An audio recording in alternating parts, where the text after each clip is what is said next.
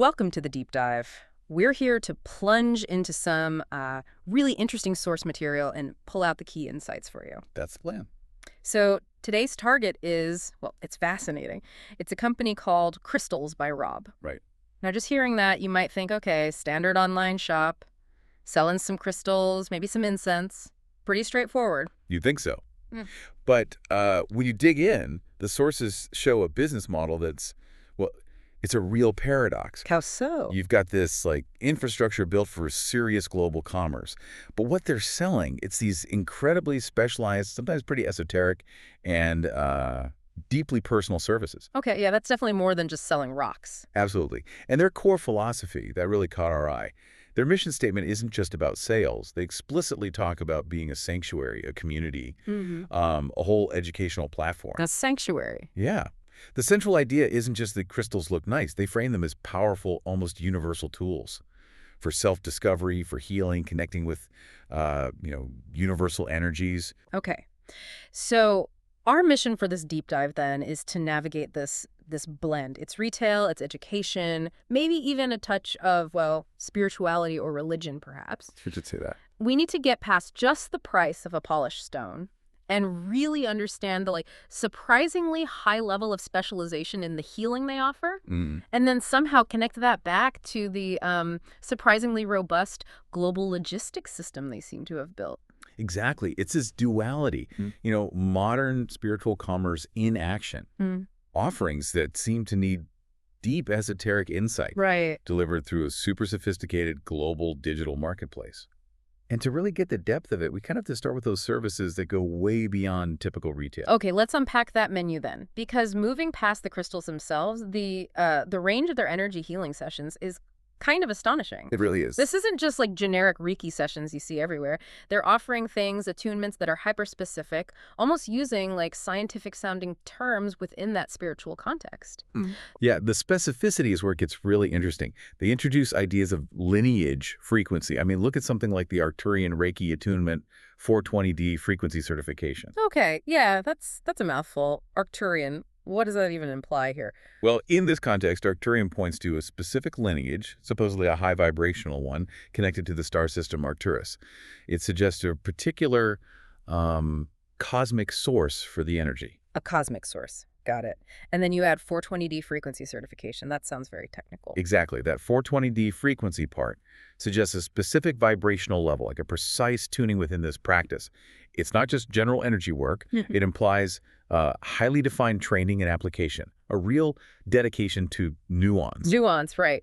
But the one combination that really shows the sheer range of belief here is this one, the Christic Arcturian chakra unification attunement and entity removal. Yeah, that one definitely makes you pause. It's quite a mix. It really is. On one side, you have Christic Arcturian chakra unification. It sounds like a very advanced spiritual process, right? Aligning energy centers across dimensions, that sort of thing. Okay. And then, bam, paired right with entity removal. Which, just for clarity for you listening, that's basically the practice of energetically clearing out unwanted, maybe low vibration spiritual attachments from someone's energy field. Exactly. So it shows they're covering the whole spectrum. From really high level, almost theoretical ascension stuff, down to very practical, deep energetic clearing, like spiritual house cleaning. Huh, yeah. And this specialization, it doesn't stop at just pure energy work, does it? They bring in tools, too. Right. They weave in crystal and sound modalities pretty skillfully. You see things like aura balancing, crystal grid, distant healing. Distant healing, that's key. It underlines the belief that physical presence isn't needed. Energy across distance. Precisely. The whole service model relies on that principle. And then the sound aspect. Angel Tuning Forks sound healing session. So vibrations linked to angelic energies.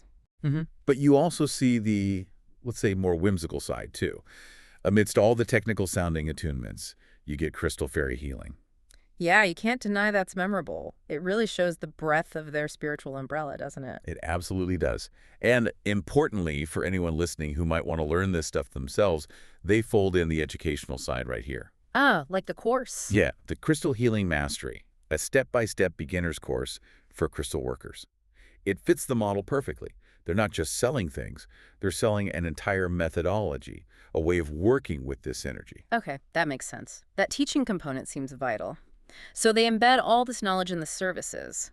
What about the physical objects, the crystals themselves? Do they get the same detailed educational treatment? Oh, absolutely. When you look at the actual products, the descriptions definitely push that educational mission forward. But sometimes they go a step further, attributing really specific claims to certain stones. Claims that sometimes sound almost biological. That's where it gets really interesting. Yeah, they're not just saying, this stone is calming. Right. The sources mention actinolite, for Yeah. instance.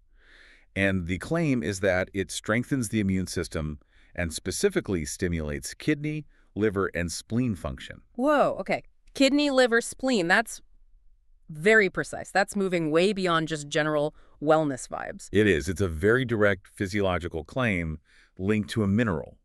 It implies a level of conviction, within that community that these stones have defined, maybe even curative effects on actual physical organs. It's quite a statement. Definitely sets up a contrast with other stones, right? Yeah. Like the ones that are more about general spiritual usefulness. Exactly.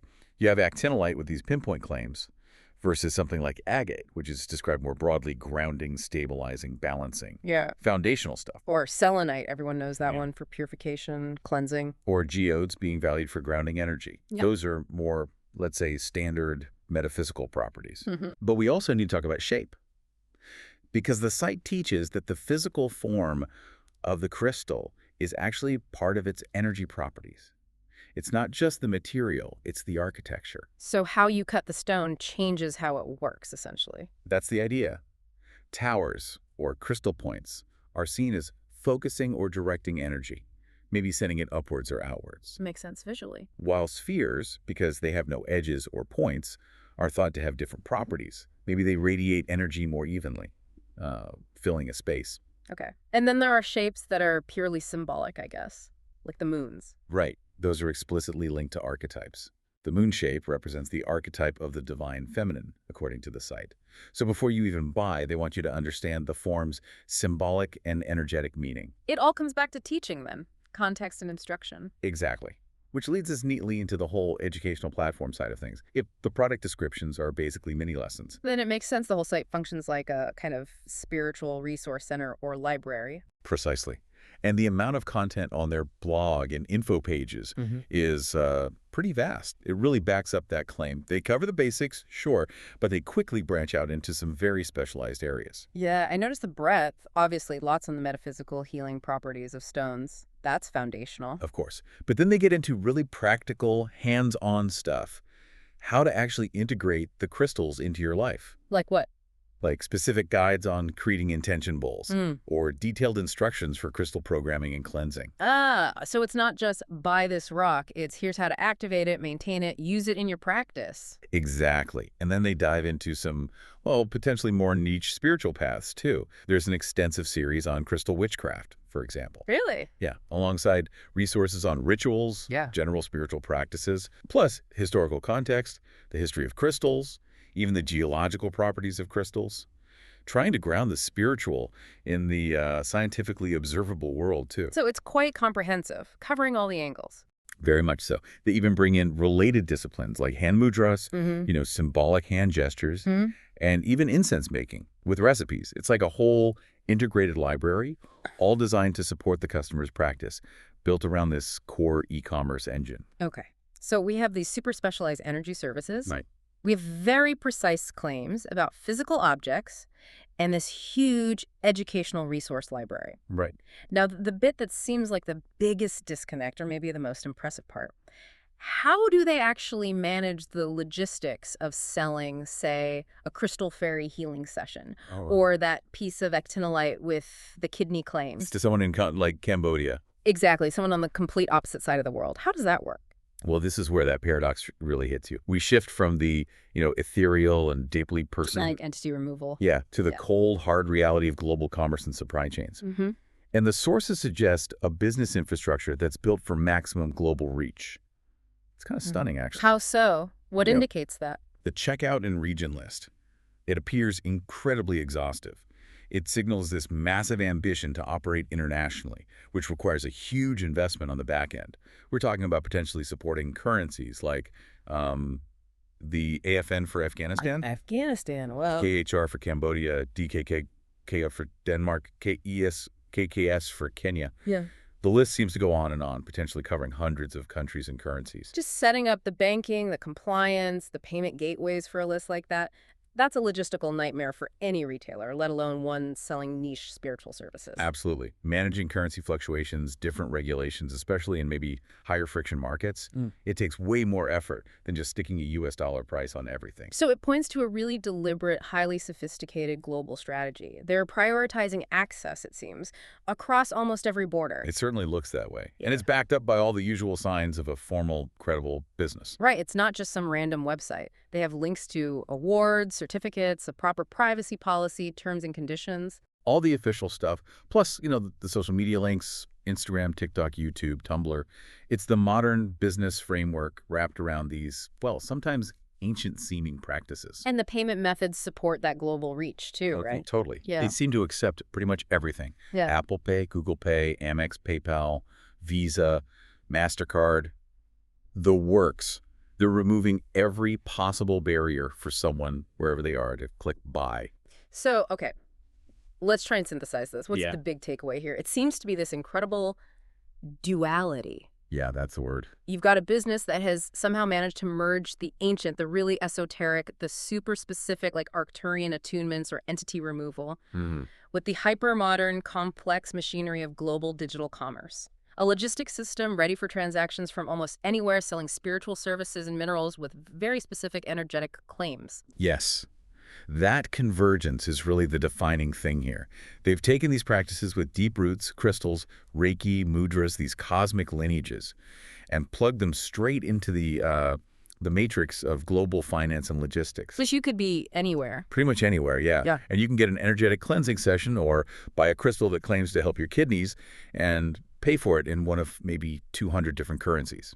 Which leaves us with a final thought for you, the listener, to maybe chew on. What actually happens? What does it mean when these highly specialized, sometimes very localized spiritual practices, things maybe once passed down carefully, person to person? Become instantly available, transactable on a completely frictionless planetary scale. Something to think about.